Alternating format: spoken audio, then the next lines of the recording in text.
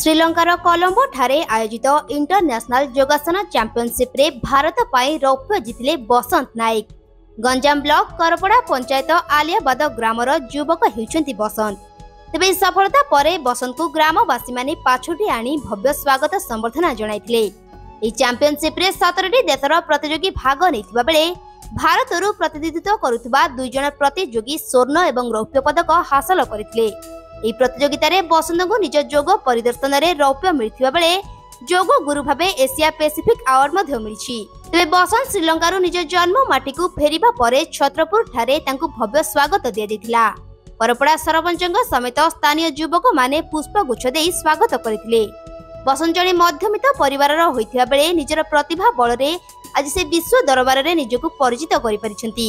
ରାଜ୍ୟ ସରକାରଙ୍କ ପକ୍ଷରୁ ଯଦି ବସନ୍ତଙ୍କୁ ପ୍ରୋତ୍ସାହନ ରାଶି ଯୋଗାଇ ଦିଆଯିବ ताले आगामी दिन में बसंत भली अन्य युवक माने जोगरे सफल लाभ करिपारिबे बोली कहिसेंती बसंत नायक।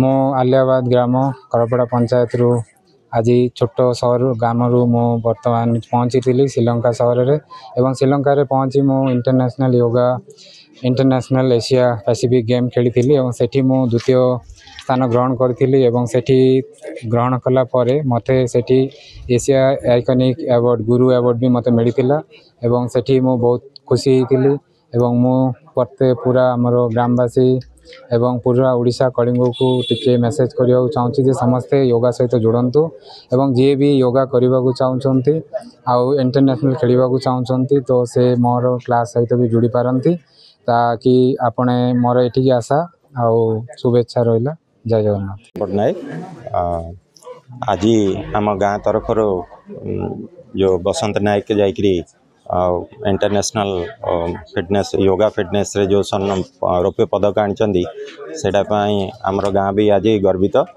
तथा गाँ सहित आम सारा राज्य भी गर्वित देश भी गर्वित आगु को योगा बोलिक से भी घोषणा करते से आम गाँ वाला तरफ ग्रामवासी तरफ संबर्धना ज्ञापन करा जाउची मु भी बहुत खुशी अच्छी।